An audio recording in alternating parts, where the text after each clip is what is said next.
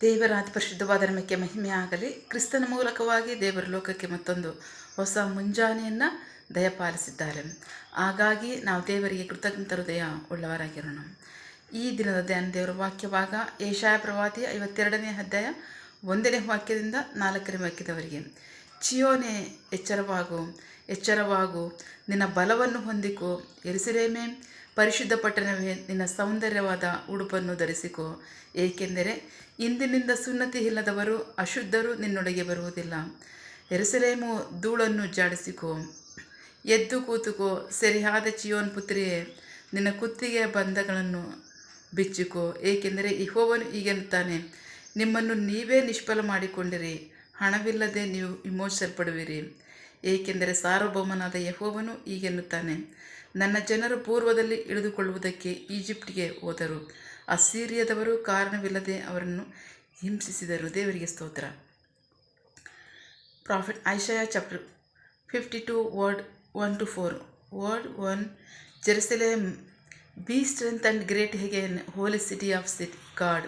Clothe yourself with splendor, and heathen will never enter your gates again. ದೇವರಿಗೆ ಸ್ತೋತ್ರ. ನಾವು ವಾಕ್ಯವಾಗಿ ನೋಡ್ತಾ ಇದ್ದೀವಿ.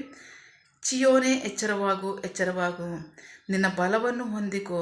ಯೆರೂಸಲೇಮು, ಪರಿಶುದ್ಧ ಪಟ್ಟಣವೇ, ನಿನ್ನ ಸೌಂದರ್ಯವಾದ ಉಡುಪನ್ನು ಧರಿಸಿಕೋ. ಏಕೆಂದರೆ ಇಂದಿನಿಂದ ಸುನ್ನತಿ ಇಲ್ಲದವರು ಅಶುದ್ಧರು ನಿನ್ನೊಳಗೆ ಬರುವುದಿಲ್ಲ.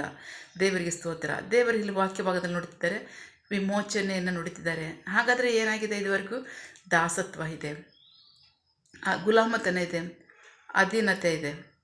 ಸೊ ದೇವರು ಹೇಳ್ತಾರೆ, ನಿನಗೆ ವಿಮೋಚಿಸಿದ್ದೇನೆ, ನಾನು ನಿನ್ನ ಸ್ವತಂತ್ರಗೊಳಿಸಿದ್ದೇನೆ, ನಿನ್ನ ಬಿಡಿಸಿದ್ದೇನೆ, ನಿನ್ನ ಕಷ್ಟಗಳಿಂದ, ದಾಸತ್ವದಿಂದ, ಅಷ್ಟು ಮಾತ್ರ ಅಲ್ಲ, ಗುಲಾಮತನದಿಂದ ನಿನ್ನ ವಿಮೋಚಿಸಿದ್ದೇನೆ ಅಂತ ಹೇಳ್ತಾರೆ. ದೇವರಿಗೆ ಸ್ತೋತ್ರ. ವಾಕ್ಯಭಾಗ 4 ನೋಡ್ತಾ ಇದ್ವಿ. ಪೂರ್ವದಲ್ಲಿ ನನ್ನ ಜನರು ಇಳಿದುಕೊಳ್ಳುವುದಕ್ಕೆ ಈಜಿಪ್ಟಿಗೆ ಹೋದರು. ಅಸ್ಸೀರಿಯದವರು ಕಾರಣವಿಲ್ಲದೆ ಅವರನ್ನು ಹಿಂಸಿಸಿದರು. ದೇವರಿಗೆ ಸ್ತೋತ್ರ. ಎಲ್ಲಿಂದ ನುಡಿತಾ ಇದ್ದಾರೆ ದೇವರಿಗೆ ವಾಕ್ಯಭಾಗವನ್ನು? ಆದಿಕಾಂಡದಿಂದ ನುಡಿತಾ ಇದ್ದಾರೆ. ದೇವರಿಗೆ ಸ್ತೋತ್ರ. ಆದಿಕಾಂಡ ಪುಸ್ತಕದಲ್ಲಿಂದ ವಿಮೋಚನಾ ಕಾಂಡಕ್ಕೆ ಏನು ಮಾಡ್ತಾರೆ? ದೇವರು ವಿಮೋಚನೆಯನ್ನು ನುಡಿತಾನೆ ಬರ್ತಾ ಇದ್ದಾರೆ, ಬಿಡುಗಡೆಯನ್ನು ನುಡಿತಾ ಇದ್ದಾರೆ, ಸ್ವತಂತ್ರವನ್ನು ನುಡಿತಾ ಇದ್ದಾರೆ. ಮನುಷ್ಯನ ಜೀವಿತಕ್ಕೂ ಇಡೀ ಜಗತ್ತಿಗೂ ಅವರು ಸ್ವತಂತ್ರವನ್ನು ನುಡಿತಾನೆ ಬರ್ತಾ ಇದ್ದಾರೆ. ಹೊಂದ್ಕೊಂಡಿದ್ದಾರಾ? ಇಲ್ಲ. ಎಲ್ಲಿವರೆಗೂ ಹೊಂದ್ಕೊಳ್ಳೋಕ್ಕಾಗಲಿಲ್ಲ? ಯೇಸು ಕ್ರಿಸ್ತರ ಬರೋಣದವರೆಗೂ ಸಹ ಹೊಂದ್ಕೊಳ್ಳೋಕ್ಕಾಗಲಿಲ್ಲ. ಬಟ್ ದಾಸತ್ವವನ್ನು ಎಷ್ಟು ಸಾರಿ ನುಡಿದಿದ್ದಾರೆ? 2 ಸಾರಿ ನುಡಿದಿದ್ದಾರೆ. 2 ಸಾರಿ ಮಾತ್ರ ದಾಸತ್ವವನ್ನು ನುಡಿದಿದ್ದಾರೆ ಯೆರೂಸಲೇಮಿಗೆ. ಉಳಿದ ಎಲ್ಲ ಕಾಲದವರು ಸ್ವತಂತ್ರರಾಗಿದ್ದೀರಾ ಅಂದರೆ ಇಲ್ಲ, ಸ್ವತಂತ್ರರಾಗಿರಲಿಲ್ಲ. ಯಾರೋ ಒಬ್ಬರದಿಂದಲೇ ದಾಸರಾಗಿಯೇ ಗುಲಾಮರಾಗಿ ಜೀವಿಸ್ತಿದ್ದರು. ಬಹಳ ಪ್ರಮುಖವಾಗಿ ನಾವು ಕೆಲವು ಅರಸುಗಳನ್ನು ಕುರಿತಾಗಿ ಬೈಬಲ್ ನುಡಿತಾ ಇದೆ. ಆದಿಕಾಂಡದಲ್ಲಿ ಫರೋಹನೆಂಬ ಚಕ್ರವರ್ತಿ ಇಡೀ ಜಗತ್ತನ್ನೇ ಆಳ್ತಾ ಇದ್ದ, ಸಮರ್ಥನಾಗಿದ್ದ, ಜ್ಞಾನಿ ಆಗಿದ್ದ, ಸಮಸ್ತ ಐಶ್ವರ್ಯವನ್ನು ಹೊಂದಿಕೊಂಡಿದ್ದ. ಸೊ ಆಗ ದೇವರು ಅವನ್ನ ಉಪಯೋಗಿಸಿ ಇಸ್ರಾಯೇಲರ ವಿಮೋಚನೆ ನುಡಿದ್ರು ಅಂತ ವಾಕ್ಯ ಹೇಳುತ್ತೆ. ದೇವರಿಗೆ ಸ್ತೋತ್ರ. ಬಹಳ ಪ್ರಮುಖವಾಗಿ ಕೆಲವು ಅರಸುಗಳನ್ನ ಕುರಿತಾಗಿ ಬೈಬಲ್ ನುಡಿತಾ ಇದೆ. ಕೋರೆಷನಿಗೆ ದೇವರು ಹೇಳಿದ್ರು, ಜಗತ್ತಿನ ಎಲ್ಲ ದೇಶಗಳನ್ನು ನಿನಗೆ ಕೊಟ್ಟಿದ್ದೇನೆ ಅಂತ ಹೇಳಿದ್ರು. ಅಹಸ್ವೇರೋಷ ಅರಸನ್ನು ನೋಡೋದಾದರೆ ಅವನು ಸಹ ಜಗತ್ತಿನ ಎಲ್ಲ ದೇಶಗಳನ್ನ ಆಳ್ವಿಕೆ ಮಾಡ್ತಿದ್ದ. ಸಮಸ್ತ ಐಶ್ವರ್ಯವು ಅವನ ದಿನದಲ್ಲಿತ್ತು. ಅವನ ಅವನ ಅವನ ಅರಮನೆಯಲ್ಲಿ ಸಮಸ್ತ ಐಶ್ವರ್ಯ ಇತ್ತು. ಹೀಗೆ ಅನೇಕ ವರ್ಣನೆಗಳು ನೋಡ್ತೀವಿ. ದಾರ್ಯವೇಷನಿರ್ಬೋದು, ನೆಬೂಕದ್ನೆಚ್ಚರನಿರ್ಬೋದು, ಅರ್ತಷಸ್ತನಿರ್ಬೋದು, ದಾರ್ಯವೇಷನಿರ್ಬೋದು, ಅನೇಕ ಅರಸುಗಳನ್ನ ಕುರಿತಾಗಿ ಬೈಬಲ್ ಹೇಳುತ್ತದೆ. ಸಮಸ್ತ ದೇಶಗಳನ್ನ ಅವರು ಆಳ್ವಿಕೆ ಮಾಡ್ತಾಯಿದ್ರು ಅಂತ. ದೇವರಿಗೆ ಸ್ತೋತ್ರ. ಅಷ್ಟೇ ಯಾಕೆ, ಅಲೆಕ್ಸಾಂಡರ್ ಚಕ್ರವರ್ತಿಯನ್ನು ನೋಡಿದ್ರೆ ಬೈಬಲ್ ಅವನ ಕುರಿತಾಗಿ ಬರೆದಿಲ್ಲ. ಆದರೆ ಎಲ್ಲ ದೇಶಗಳನ್ನ ಅವನು ಜಯಿಸಿದ್ದ ಅಂತ ವಾಕ್ಯ ಹೇಳುತ್ತೆ. ವಾಕ್ಯ ಹೇಳ್ತಾ ಇಲ್ಲ, ಹಿಸ್ಟ್ರಿ ಹೇಳುತ್ತೆ. ಯಾಕೆ ಬರೆದಿಲ್ಲ ಅಂದರೆ, ಮಲಾಕಿ ಪ್ರವಾದಿಯಿಂದ ಯೇಸು ಕ್ರಿಸ್ತರ ಬರೋವರೆಗೆ 400 ವರ್ಷಗಳವರೆಗೆ ಬೈಬಲ್ ಯಾವ ವಿಷಯವನ್ನು ಪ್ರಕಟಪಡಿಸಿಲ್ಲ. ಕಾರಣ, ಆ ಕಾಲದಲ್ಲಿ ದೇವರ ವಾಕ್ಯವಾಗಲಿ, ಪ್ರವಾದನೆಗಳಾಗಲಿ, ದೇವರ ಸೇವಕರಾಗಲಿ, ದರ್ಶನಗಳಾಗಲಿ ಇರಲಿಲ್ಲ. 400 ವರ್ಷಗಳ ಕತ್ತಲೆಯ ಕಾಲ. ಹಾಗಾಗಿ ಆ ಕಾಲದಲ್ಲೂ ಸಹ ಅರಸುಗಳ ಪ್ರಾಬಲ್ಯವು ನಡೆದಿದೆ. ಯಾವಾಗ ವಿಮೋಚನೆ ಉಂಟಾಯಿತು?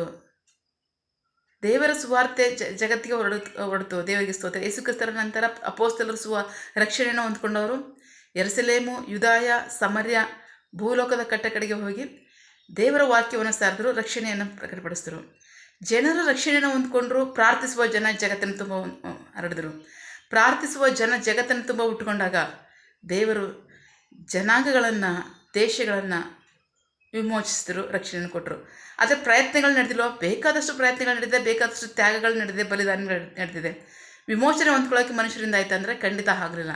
ಕಾರಣ ಪ್ರಾರ್ಥಿಸುವ ಜನ ಯಾವಾಗ ಜಗತ್ತಿನ ತುಂಬ ಉಟ್ಕೊಂಡ್ರು, ಜನರನ್ನು ದೇವರು ವಿಮೋಚಿಸಿದ್ರು, ದೇಶಗಳನ್ನು ವಿಮೋಚಿಸಿದ್ರು, ಸ್ವತಂತ್ರವನ್ನು ಕೊಟ್ಟಿದ್ದಾರೆ. ಅವ್ರು ಹೇಳ್ತಾ ಇದ್ದಾರೆ, ಇನ್ನೂ ನಿಮಗೆ ದಾಸತ್ವ ಇಲ್ಲ, ಇನ್ನು ನಿಮಗೆ ಸೆರೆ ಇಲ್ಲ, ಗುಲಾಮತನ ಇಲ್ಲ, ನಾನು ವಿಮೋಚಿಸಿದ್ದೀನಿ ಅಂತ ಹೇಳ್ತಾರೆ. ದೇವರಿಗೆ ಸ್ತೋತ್ರ. ಚಿಯೋನೇ ಎಚ್ಚರವಾಗು, ನಿನ್ನ ಬಲವನ್ನು ಹೊಂದಿಕೋ. ಎರುಸಲೇಮೇ ಪರಿಶುದ್ಧ ಪಟ್ಟಣವೇ, ನಿನ್ನ ಸೌಂದರ್ಯವಾದ ಉಡುಪನ್ನು ಧರಿಸಿಕೋ. ಏಕೆಂದರೆ ಇಂದಿನಿಂದ ಸುನ್ನತಿ ಇಲ್ಲದವರು ಅಶುದ್ಧರು ನಿನ್ನೊಳಗೆ ಬರುವುದಿಲ್ಲ. ದೇವರಿಗೆ ಸ್ತೋತ್ರ. ಅವ್ರು ಹೇಳ್ತಾ ಇದ್ದಾರೆ, ನಿನ್ನ ವಿಮೋಚಿಸಿದ್ದೇನೆ, ನಿನಗೆ ಸ್ವತಂತ್ರವನ್ನು ಕೊಟ್ಟಿದ್ದೇನೆ, ದಾಸತ್ವದಿಂದ ನಿನ್ನ ಬಿಡುಗಡೆ ಮಾಡಿದ್ದೇನೆ. ಇನ್ನೂ ನಿನಗೆ ಸೆರೆ ಇಲ್ಲ, ದಾಸತ್ವ ಇಲ್ಲ, ಗುಲಾಮತನವಿಲ್ಲ. ಯಾವ ಅಶುದ್ಧರು ಸಹ ನಿನ್ನ ಆಳ್ವಿಕೆ ಮಾಡೋದಕ್ಕೆ ನಾನು ಬಿಡಲ್ಲ ಅಂತ ಹೇಳ್ತಾರೆ. ದೇವರಿಗೆ ಸ್ತೋತ್ರ. ದೇವರು ಕೊಟ್ಟಿರ್ತಕ್ಕಂಥ ಈ ರಕ್ಷಣೆ, ಈ ಸ್ವತಂತ್ರ, ಈ ವಿಮೋಚನೆಯಲ್ಲಿ ನಂಬಿಗಸ್ತರಾಗಿ ನಡೆಯೋಣ. ಆಮೇಲೆ ದೇವರ ರಕ್ಷಣೆಯನ್ನು, ಆಶೀರ್ವಾದಗಳನ್ನ ಹೊಂದ್ಕೊಳ್ಳೋಣ, ಪ್ರಾರ್ಥಿಕೊಳ್ಳೋಣ. ಸಕಲ ಸೃಷ್ಟಿಕರ್ತನೇ, ಸರ್ವಾಧಿಕಾರಿಯೇ, ಸಾರ್ವಭೌಮನೇ, ಉನ್ನತನೇ, ಮಹೋನ್ನತನೇ, ಮಹಾಪರಿಶುದ್ಧನೇ, ಪ್ರೀತಿ ಸ್ವರೂಪನೇ, ನೀತಿವಂತನೇ, ಅಧಿಪತಿಯೇ, ಸೇನಾಧೀಶ್ವರನೇ, ಇರುವಾತನೇ, ಸರ್ವವ್ಯಾಪಿ ಸಪ. ಈ ದಿನ ವಾಕ್ಯಗಳ ಮೂಲಕವಾಗಿ ನಿಮ್ಮ ಸಂಗಡ ಮಾತಾಡಿದಂತಹ ನಿಮ್ಮ ಪ್ರೀತಿಗಾಗಿ ನಂಬಿಗಸ್ಗೆ ನಿಮಗೆ ಸ್ತೋತ್ರ. ಮುಂಜಾನೆ ಸಮಯದಲ್ಲಿ ನಮ್ಮ ಸಂಗಡ ಮಾತನಾಡ್ತಾ ಇದ್ದೀರಾ. ನಾನು ನಿಮ್ಮನ್ನು ವಿಮೋಚಿಸಿದ್ದೇನೆ, ದಾಸತ್ವದಿಂದ ಬಿಡಿಸಿದ್ದೇನೆ, ಗುಲಾಮತನದಿಂದ ಬಿಡಿಸಿದ್ದೇನೆ, ಸ್ವತಂತ್ರರಾಗಿ ಮಾಡಿದ್ದೇನೆ. ಇನ್ನೂ ನಿಮಗೆ ದಾಸತ್ವ ಇಲ್ಲ, ಗುಲಾಮತನ ಇಲ್ಲ ಅಂತ ಹೇಳ್ತೀರಾ. ಸ್ವಾಮಿ, ನೀನು ಕೊಟ್ಟಿರ್ತಕ್ಕಂಥ ಈ ರಕ್ಷಣೆಯಲ್ಲಿ ನಂಬಿಗಸ್ತರಾಗಿ ನಿಮ್ಮ ಅಧೀನದಲ್ಲಿ ನಾವು ನಡೆದೀವಪ್ಪ. ನಿಮಗೆ ಮಹಿಮೆಯಾಗಲಿ, ನಮಗೆ ಆಶೀರ್ವಾದ, ರಕ್ಷಣೆ ಉಂಟಾಗಲಿ. ಪ್ರಾರ್ಥನೆ ಕೇಳಿದ ಪ್ರೀತಿಗಾಗಿ ನಿಮಗೆ ಸ್ತೋತ್ರ. ನಿನ್ನ ಜನರು ಕೈ ಮಾಡ್ತಕ್ಕಂಥ ಕೆಲಸವನ್ನು ಆಶೀರ್ವದಿಸು. ಅವರ ಅವಶ್ಯಕತೆಗಳನ್ನ, ಅಗತ್ಯಗಳನ್ನು ಪೂರೈಸು, ಕೊರತೆಗಳನ್ನು ನೀಗಿಸು. ಯಾವ ಕಾರ್ಯದಲ್ಲಿ ಅವರು ನಿರೀಕ್ಷೆ ಉಳ್ಳವರಾಗಿದ್ದಾರೆ, ಆ ಕಾರ್ಯದಲ್ಲಿ ತಕ್ಕ ಸಮಯದಲ್ಲಿ ನಿಮ್ಮ ಚಿತ್ತಾನುಸಾರಗಳನ್ನು ಹೊಂದ್ಕೊಳ್ಳಿ. ಆಮೇಲೆ ನೀವು ಹಾಗೆ ಮಾಡೋ ಪ್ರೀತಿಗಾಗಿ ನಂಬಿಗಸ್ಗೆ ನಿಮಗೆ ಸ್ತೋತ್ರ. ನಮ್ಮ ಪ್ರಾರ್ಥನೆ ನೀವು ಕೇಳಿದ್ದೀರಾ, ಅದರಂತೆ ನಡೆಸ್ತಿರೋದಕ್ಕಾಗಿ ಸ್ತೋತ್ರ. ನಮ್ಮ ಪ್ರಾರ್ಥನೆಯನ್ನು ನಮ್ಮ ರಕ್ಷಕನಾಂತ ಯೇಸು ಕ್ರಿಸ್ತರ ಅತಿ ಪರಿಶುದ್ಧವಾದ ನಾಮದಲ್ಲಿ ಪ್ರಾರ್ಥಿಸಿ ನಿಮ್ಮ ಪಾದಗಳು ಸಲ್ಲಿಸಿ ನಾವು ಬೇಡಿ ಹೊಂದಿದ್ದೇವೆ ನಮ್ಮ ಜೀವವುಳ್ಳ ತಂದೆಯೇ. Amen. God bless you all. ದೇವರು ತಾನೇ ತನ್ನ ವಾಕ್ಯಗಳ ಮೂಲಕವಾಗಿ ನಮ್ಮ ಸಂಗಡ ಮಾತನಾಡಿದ್ದಾರೆ, ನಮ್ಮನ್ನು ಆಶೀರ್ವದಿಸಿದ್ದಾರೆ.